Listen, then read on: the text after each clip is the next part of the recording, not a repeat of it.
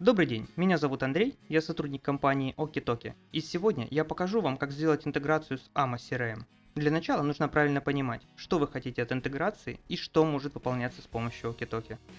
Когда вы это определили, как пример, при звонке из OkiToki открывать карточку в AMA CRM, отображать в карточке AMA попытки звонков и ссылку на аудиозапись разговора, отправлять из AMA контакты в автодозвон OkiToki, звонить через OkiToki с помощью интерфейса AMA.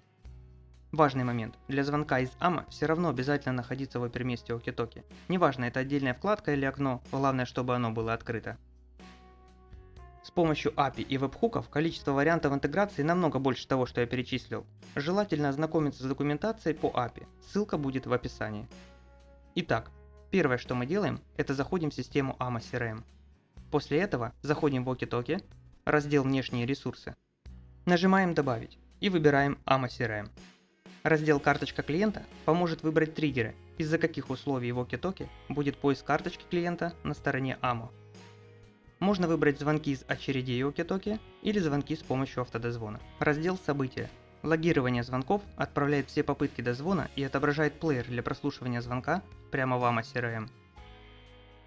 Логирование автодозвона отправляет все попытки, совершенные автоматическим дозвоном, в том числе и запись разговора без участия оператора.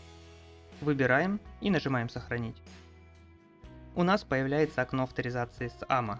Тут мы выбираем аккаунт, в который ранее уже зашли. Он должен появиться в списке. И нажимаем «Разрешить». Ждем появления статуса интеграции.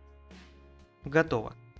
Итак, подключив интеграцию через внешние ресурсы, мы решили все наши потребности, кроме последней. Это звонить через OkiToki с помощью интерфейса AMO.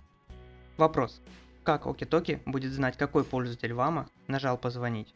Ответ. Идем в OkiToki, раздел «Пользователи» и выбираем того, кто будет выполнять звонки через оперместо OkiToki. Допустим, пользователь тест Andrew в OkiToki, а в AMO его имя Andrew Test.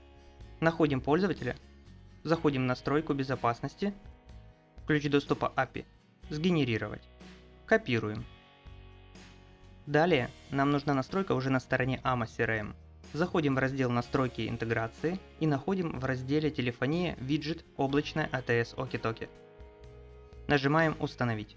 После этого попадаем в настройку виджета и видим, что у нас появился список пользователей AMA CRM. Вставляем ранее скопированный ключ OkiToki напротив имени пользователя AMA, который будет выполнять звонки через оперместо OkiToki. В нашем случае это Andrew Test. Сохраняем и проверяем. Теперь что мы имеем? При звонке из OkiToki открывается карточка AMA CRM. Отображается попытка звонка и есть ссылка на аудиозапись разговора.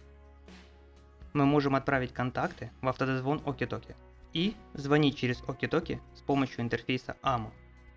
Если этих функций недостаточно, вы можете расширить интеграцию с помощью документации API.